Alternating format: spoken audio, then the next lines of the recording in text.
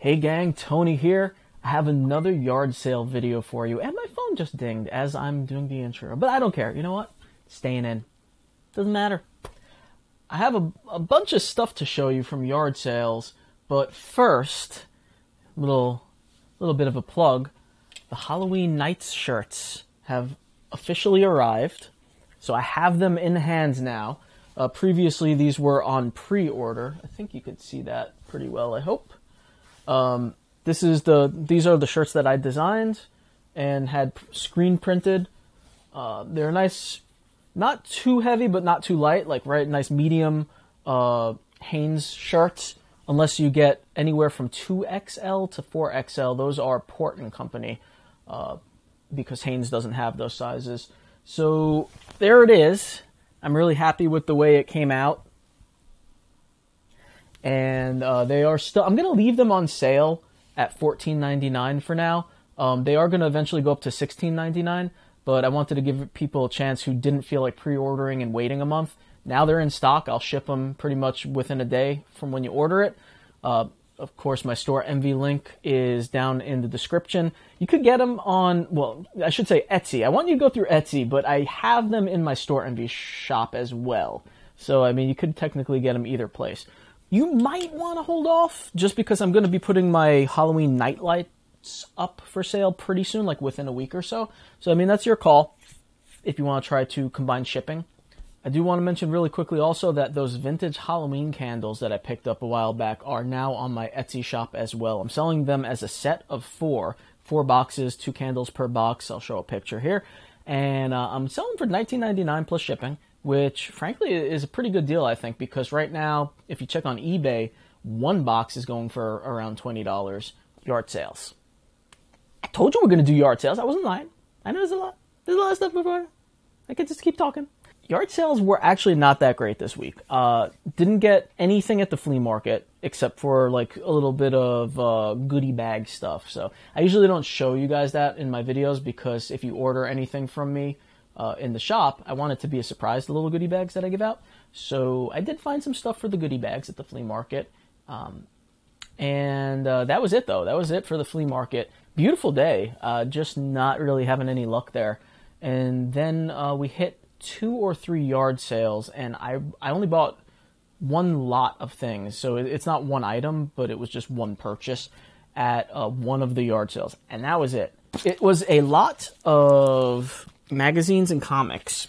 All right, so they were like all spread off on a tarp, and I asked how much they were, and I was expecting him to give me some price for each one. He said $3 for all of them. So I was like, yes, because I saw a couple of things there, but I didn't look through what was there. They just gathered it all up and threw it in a bag for me, so I didn't notice until later that there was a Time magazine, Time commemorative issue for Princess Diana. Obviously, I don't really want this, but it was in there. And there was also a Superman comic, which I don't really read superhero comics, I guess. I go for more like the horror stuff, obviously. So that was that. And then the rest of this stuff is pretty damn cool, though. So there was a whole bunch of Vampirella comics. There's Vampirella Strikes number 7. This was a double-sided comic. I looked all the prices up on these things because I was curious, and that is like a $2 comic or something like that. Vampirella Strikes number 5, again like a $2-3 comic. Nothing crazy here, but still pretty cool. And I'll read them. Well, I don't know. I don't like reading just like off issues like that.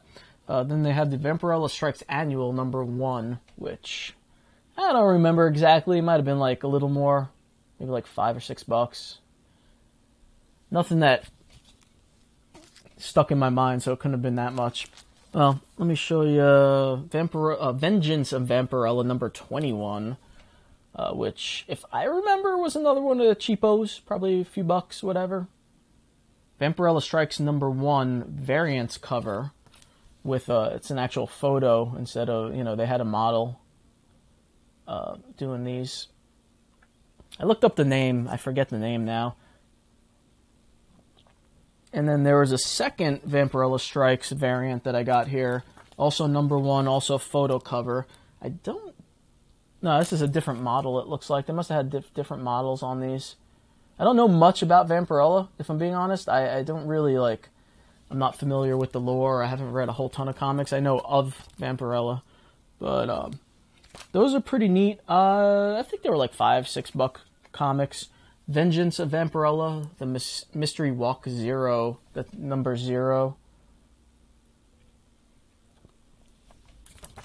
And this was the one that actually is worth a few bucks. I mean, I know with comics that like they have to be in like mint condition to really be worth the top tier pricing, and then even like the smallest little imperfections will knock prices down quite a bit. So none of this stuff is mint. They don't even have back cards on any of them. They're just in bags. Most of them have sort of like, well, this one's in decent shape, I guess. But, I mean, they're not in that bad a shape, just not mint, I don't think. But this one supposedly is worth maybe 20, something like that. I can't remember.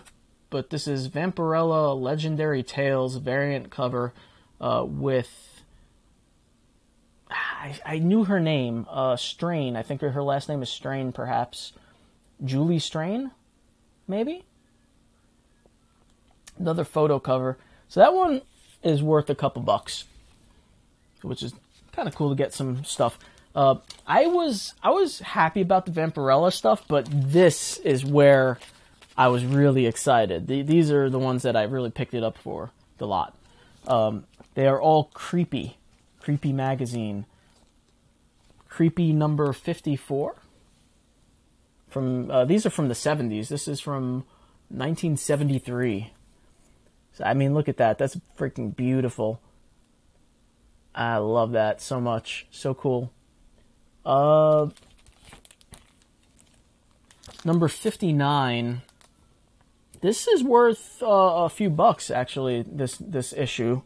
I want to say it was like someone at the top tier, someone sold it for about like 40, and then of course some sell like closer to 20. I don't know. It's hard to gauge magazine and comic prices, to be honest, but that was a cool one. There were actually 2 issues of that, so that's exciting because I could keep one and you know, sell another, kind of get some money back for that. So there's 2 of those. And then we got number 55. Some of these are just like worth a few bucks or whatever, but they're all cool. I want to read them, look through them. Gotta be gentle with them because they're kind of old. 73 still. And then I didn't notice this when I was buying the lot. I mean, still doesn't matter. It's only $3. But this last issue number 60, there are 4 copies of it. There's 4 copies of this issue.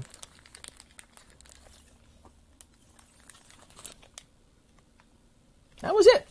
So just nice vintage horror magazine and comic lot.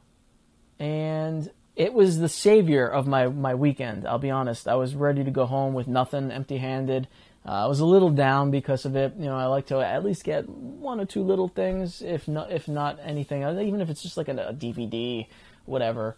So I was, I was a little disappointed leaving the flea market, and there weren't that many yard sales out yet. But this was definitely, you know, a wonderful way to kind of like cap the day, and it was otherwise beautiful out.